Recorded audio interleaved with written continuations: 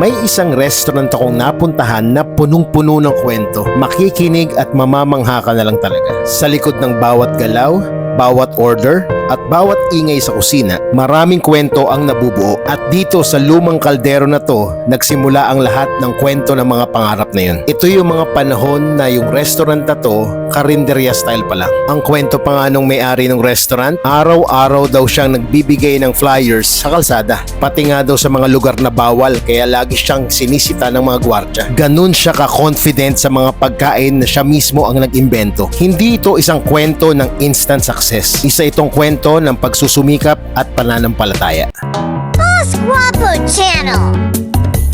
It's another day, another gutom. Nandito ako ngayon along Katipunan Avenue sa may White Plains area dito sa Barangay St. Ignatius in Quezon City. Meron kasing sobrang sikat na restaurant dito. Ang sasarap ng pagkain nila, authentic and original Filipino comfort food. Guys, ang B&B House of Bustek and Bulalugaw. At dahil gutom na kami, let's go straight to their food. Syempre, ang number one specialty nila at kung saan nagsimula ang lahat, ang Bulalugaw. Lugaw na may bulalo. At syempre, nandyan din yung kanilang sizzling bustek. Bulalong bistek yan. Meron din silang exciting na gising-gising. At ito ang kakaiba guys. Beef sisig. Akala nyo pork, chicken, tofu, and bangus lang ang ginagawang sisig ha. Ibang klase dito sa B&B. Ang daming innovations. Ito naman guys yung fried chicken ni Lola. Meron ding oriental pork belly. At ang bago sa kanilang menu na pork barbecue. At marami pang iba. Game, simulan ko dito sa fried chicken ni Lola. Classic Pinoy ang timpla, toyo mansi. Very generous yung portion nito guys. Kaya naman hindi ka mabibitin. Crunchy yung balat, sobrang malasa at malinamnam yung karne. Pasok talaga sa panlasang Pinoy. Ito naman yung oriental pork belly guys. Perfect din yung pagkakaluto tapos ang sarap dun sa suka nila. Malambot yung karne na may pagka-crunchy. Makapal yung cut and very generous yung portion. Ito namang gising-gising pork giniling ang ginamit dyan. Ang sarap ng pagkakaluto sa gata. Malinamnam at perfect yung sipa ng anghang. This may be the best gising-gising I ever tasted. Grabe, sarap. Okay, ito naman yung kanilang bustek. Yung laman ng bulalo ang ginamit at merong litid. At saka tong bustek na to, creamy. So hindi siya yung classic na toyo kalamansi lang. Ang linamnam, sarap.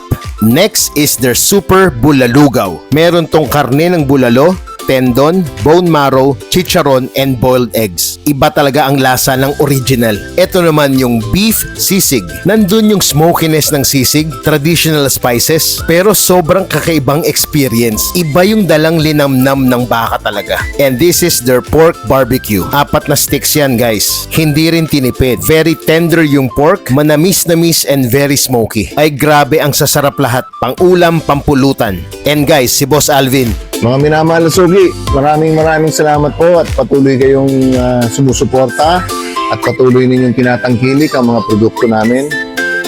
Sabi ng karamihan, ang B&B House of Bustek and Bulalugaw ay talagang uniquely Pinoy at tahanan ng mga comfort food, na Pinoy comfort food.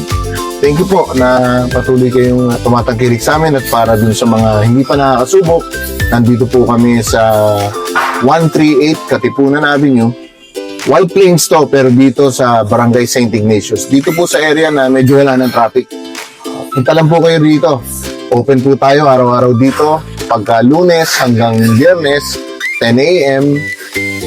to 10 p.m. Pag Sabado at Linggo, 7 a.m. bukas na tayo hanggang 10 p.m.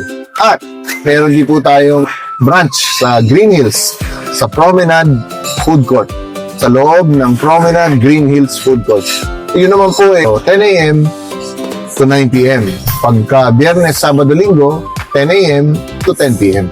Dito po sa B&B House of Bulalugaw, nakakasanayan na rin pong banggit-banggitin ng mga minamahal na suki natin ang tagline natin.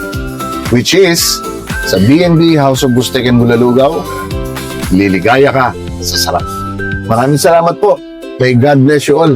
Ang B&B House of Bustek and Bulalugaw ay binuo sa sipag, tibay ng loob at paniniwala. Dito isinilang ang mga original na luto tulad ng bulalugaw at bustek. Mga pagkaing may kumpiyansa ang may-ari at may tiwala siyang ito ang trabahong pinagkatiwala sa kanya ng Diyos. Homey ang lugar, tunay ang lasa ng mga pagkain at pusong Pinoy talaga. Lahat original, lahat Filipino comfort food. Kaya tara na dito sa House of Bustek and Bulalugaw. At tulad ng sinabi ni Boss Alvin, dito sa B&B, liligaya ka sa sarap. At pasok na pasok ito sa ating So good, so flavorful.